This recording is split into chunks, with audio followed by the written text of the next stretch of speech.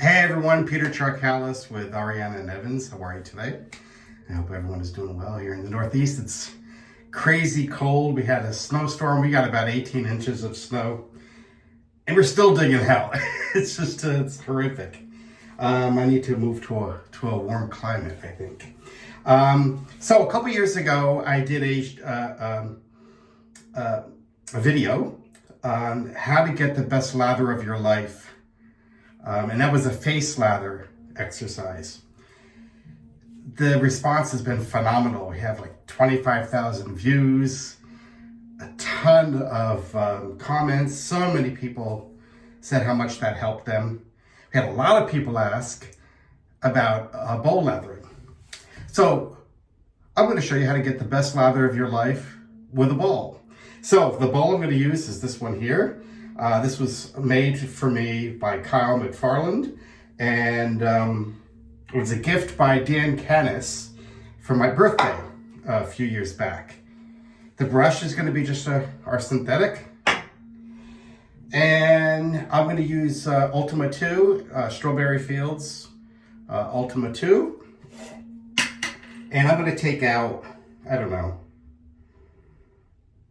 have a spoon.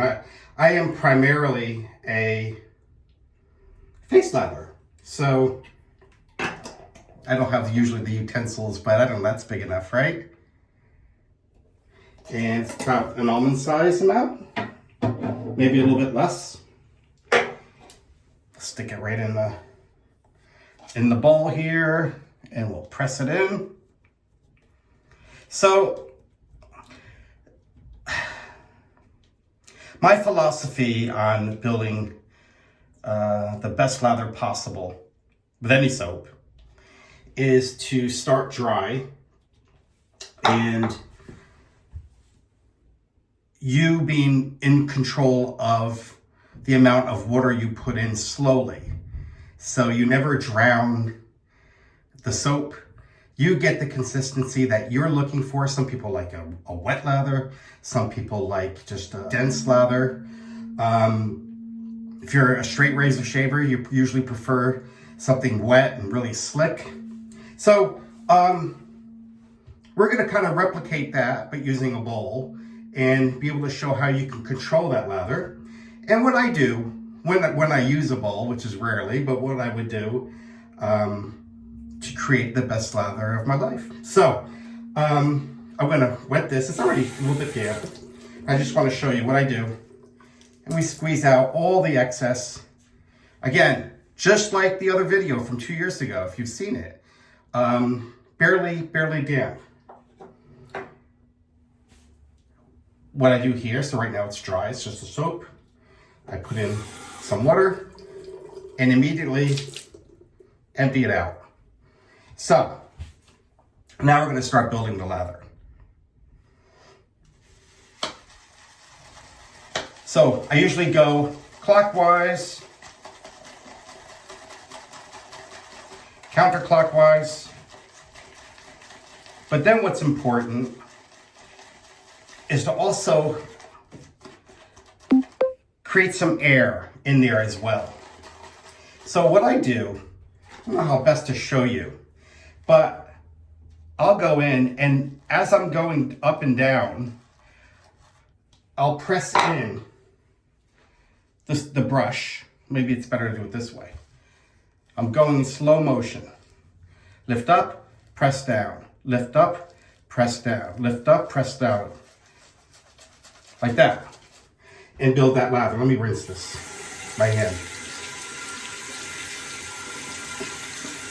That helps tremendously in building the lather. I do the same thing on my face, by the way. So I just wasted a lot of lather there. So I'm doing that now. I'm doing it fast. Lifting it up, down. Circular, clockwise, counterclockwise. Now I'm going to add a little bit of water. What I do, just very little, into the bowl. Repeat. Clockwise, counterclockwise. Then that motion I showed you. Clockwise, counterclockwise. The motion I showed you.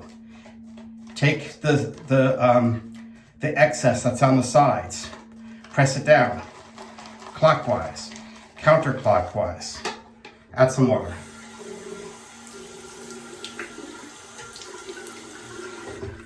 I missed most of it.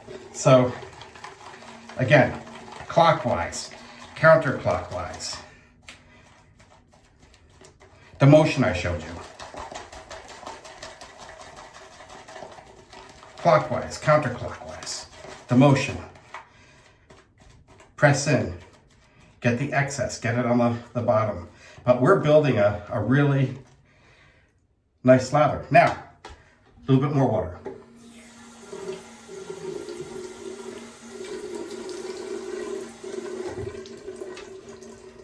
The same. Clockwise. Counterclockwise. Press it in. The motion I showed you.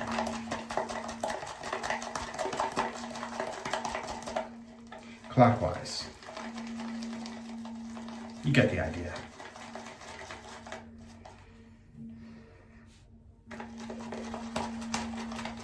Now, it's good to go. I'm going to add one more round, a little bit more water. But for me, this is good to go. I just want to show you, so for those who prefer maybe a little bit more wet lather, again, I've been completely in control of this lather. I'm not over-hydrating all at once. It's not all spilling off to the sides, although it's on the sides. Can't control that, but. So now we're good to go. We're ready. Let's take a look.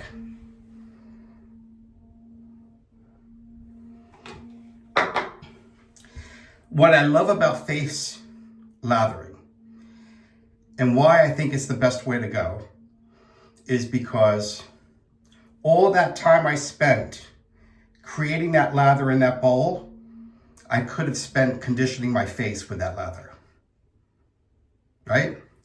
So, what do we do? Normally what a person would do, maybe they use a pre-shave or they certainly wet the face, which we're gonna do. What I'm gonna do is I'm gonna precondition my face as if I was face lathering.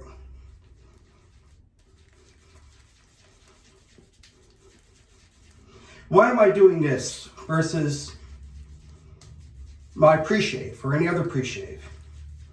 Well, this is better than any pre-shave that you're gonna buy. If this was a Bear Stearns Man soap, it'd be better than any pre-shave you're gonna buy. If it was a Zingari Man, I could go and name a bunch. The top tier soaps have wonderful ingredients. Take advantage of that. You're paying for it, so take advantage of that.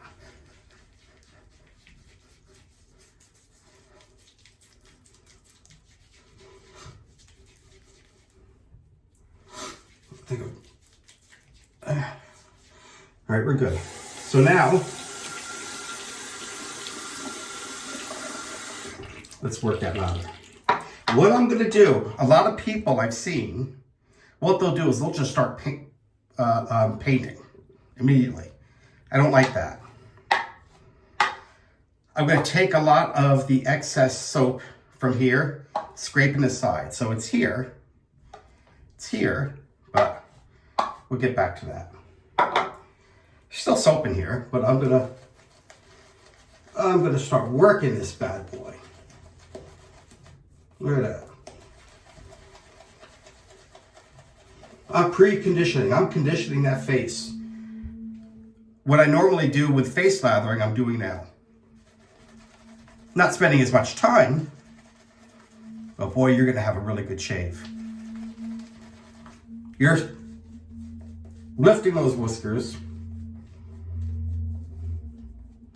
You're hydrating that skin.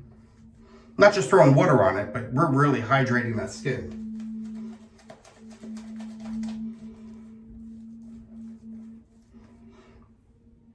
Now, we're going to dip into this soap.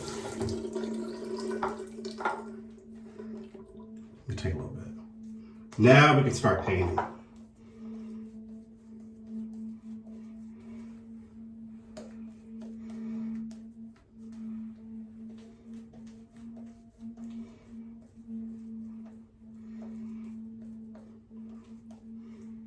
This, my friends, is a great lather. All right, prove it to you. Normally, with what I would normally do when I'm doing that face lather and I'm going through that whole demonstration, I'll take the soap and I'll start going something like this to show you. This is a great lather. But now instead of on my face, it's in the bowl for the second and third passes. Okay, that's pass number 1.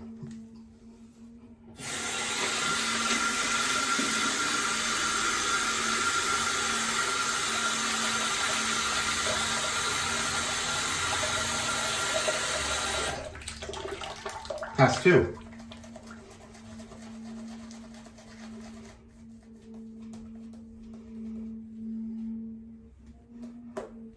Skin is so hydrated. This stuff is incredibly slick. This Ultima 2.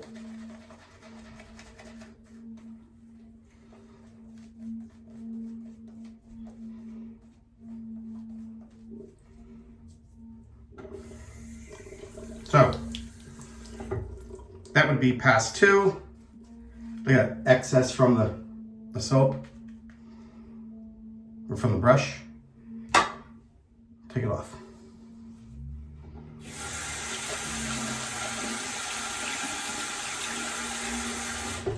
You saw how very little of the soap I put in. Maybe a medium-sized almond. I still have, for the third pass, a ton.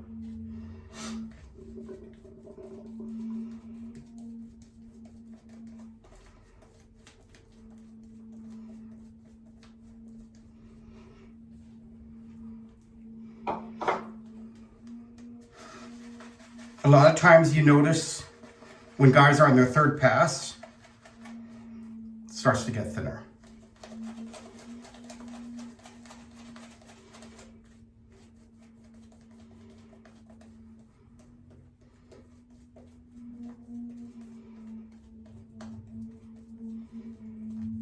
This is pretty dense.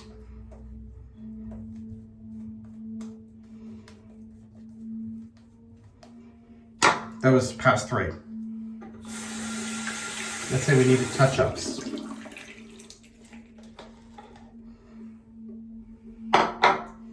Oh.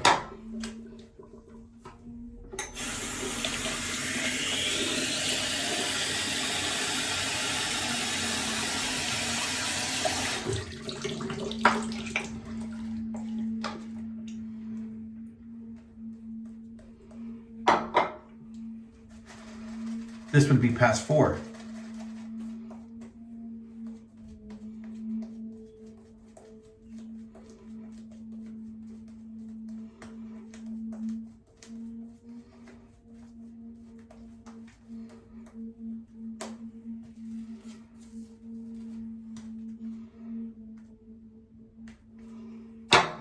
Pass 5.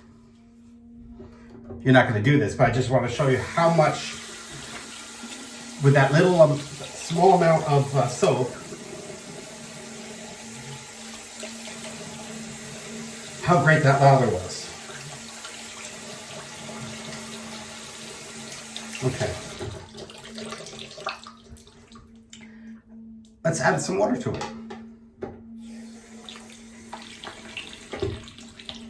Don't need to. Let's see if it can hold it.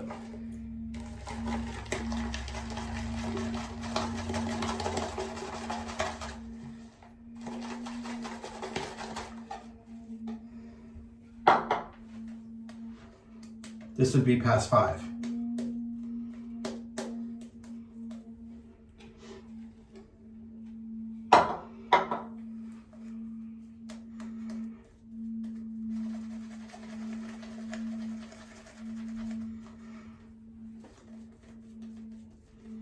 So the reality is,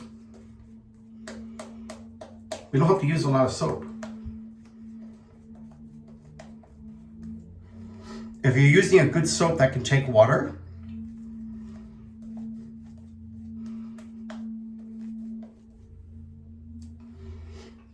you can save money.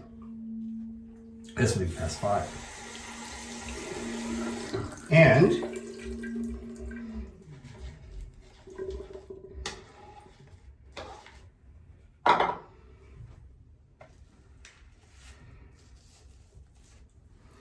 there would be enough for 6 or 7 passes.